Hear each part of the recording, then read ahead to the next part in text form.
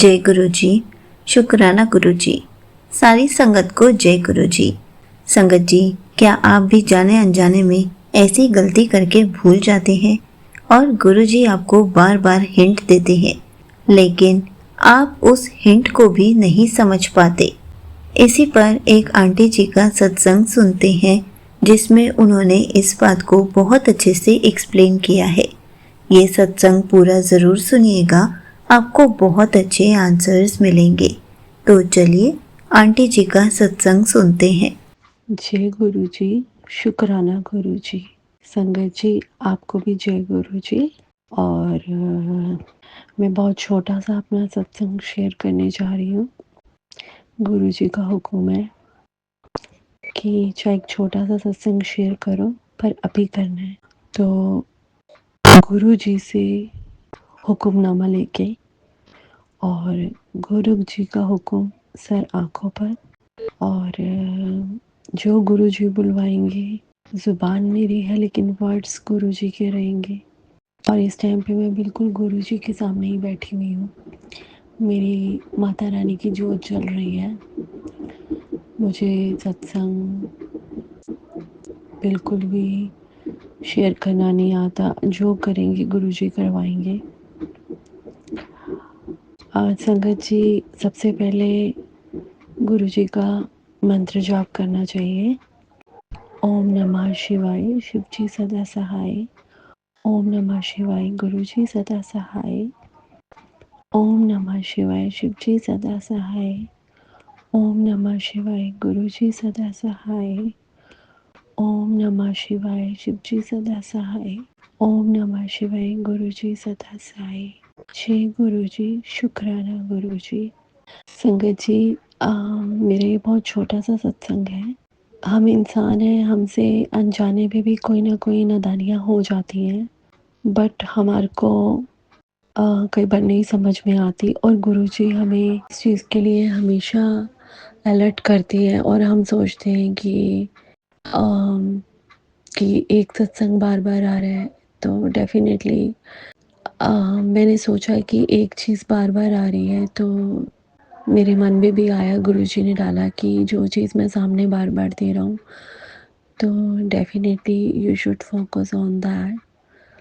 और संगत जी, कल रात की बात है, मैं अपने जैसे मैं यूज़ टू हो चुकी हूँ कि जब भी मैं डे टाइम में भी सत्संग कुछ ना कुछ गुरुजी ज़रूर सुनवा देते हैं, और रात को भी कोई भी अच्छा, मतलब गुरुजी के सारे ही सत्संग अच्छे हैं, तो जो भी सत्संग आता है, चाहे वो बड़ा हो या छोटा हो, मैं ज़रूर सुन के सोती हूँ, क्योंकि हम लोगों के लिए कोई ना कोई मैसेज होता ही है उसके अंदर।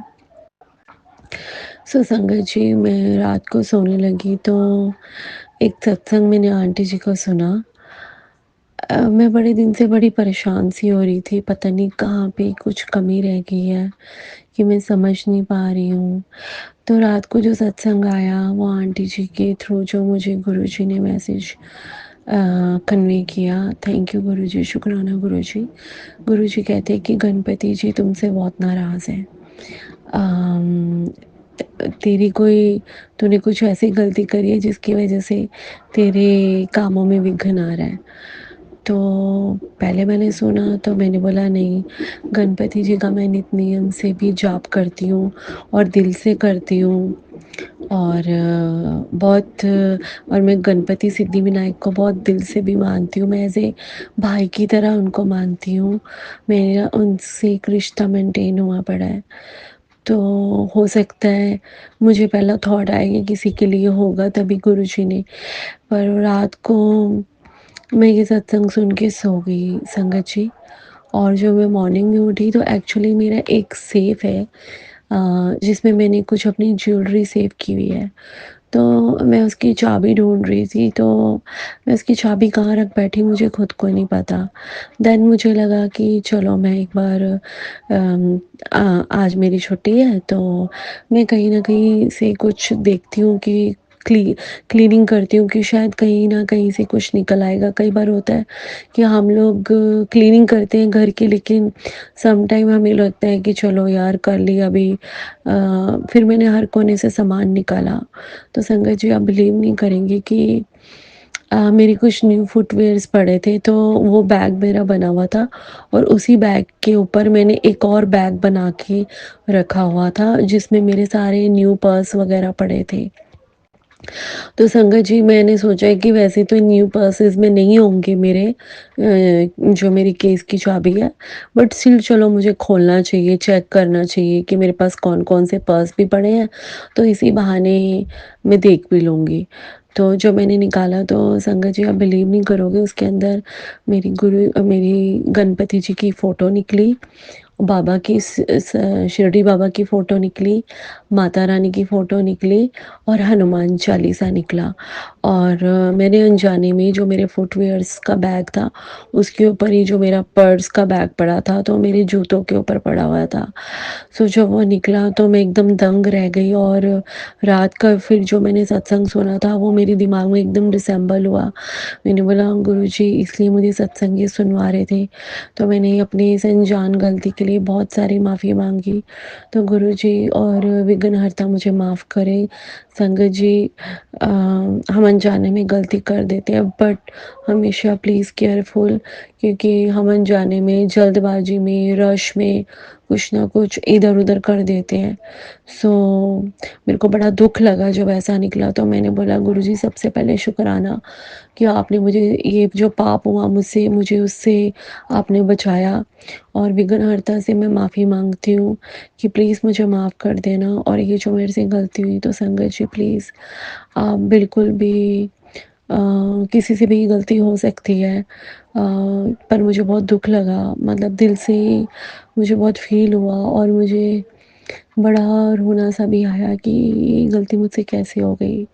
तो मैं अनंतम अनंतम कोटि कोटि शुक्राना गुरुजी का, और बहुत हाथ जोड़ के माफ़ी मांगती हूँ सब परमेश्वर से, अपनी विघ्नहर्ता से, तो मुझे माफ़ करे। तो ये मेरा सत्संग था संगत जी। और अगर बोलने में, सत्संग में कोई भी गलती हुई हो, तो प्लीज़ आप मुझे माफ़ कर देना, और गुरुजी मुझे माफ़ कर देना प्लीज़। और गुरु महाराज जी के आशीर्वाद से मैं मंत्र जाप करना चाहूँगी। ओम नमः शिवाय, शिव जी सदा सहाय। ओम नमः शिवाय, गुरु जी सदा सहाय। शुक्राना गुरु जी। और संगत जी, आपको भी जय गुरु जी। Thank you so much aunty ji, आपने अपना सत्संग पूरे गुरु परिवार के साथ शेयर किया। संगत जी, ऐसे कभी कभी होता है, कभी जाने अनजाने में हम भी कोई चीज़ रखकर भूल जाते हैं और हमें ये भी ध्यान नहीं रहता कि वो चीज़ हमने किसके ऊपर रखी है, कहाँ रखी है, सही जगह सेफली रखी भी है या नहीं। और गुरुजी हमें बार बार हिंट्स देते हैं कि तूने एक चीज़ गलत जगह रख दी है, लेकिन हमें वो बात समझ ही नहीं आती। लेकिन उसके लिए भी गुरुजी हमें कोई ना कोई सॉल्यूशन, कोई ना कोई हिंट देकर बता ही देते हैं कि हम क्या गलत कर रहे हैं। लेकिन संगत जी, कभी भी हमसे भगवान या गुरुजी नाराज़ नहीं होते, क्योंकि ऐसी गलती हमने जानबूझकर नहीं, जाने अनजाने में की होती है। हमें तो बस गुरु जी से, भगवान जी से उसी टाइम माफ़ी मांग लेनी चाहिए और उनका शुक्राना भी करना चाहिए, क्योंकि गुरु जी ने ही हमें हिंट दिया होता है और जो गलत हुआ होता है उसको गुरु जी सही करवा देते हैं। हमें तो गुरु जी का हर पल शुक्राना करना चाहिए, क्योंकि गुरु जी हमें हमेशा खुश रखना चाहते हैं। इसलिए अगर हम कोई गलती भी कर देते हैं तो उसको भी ठीक करवा देते हैं। जय गुरु जी, शुक्राना गुरु जी।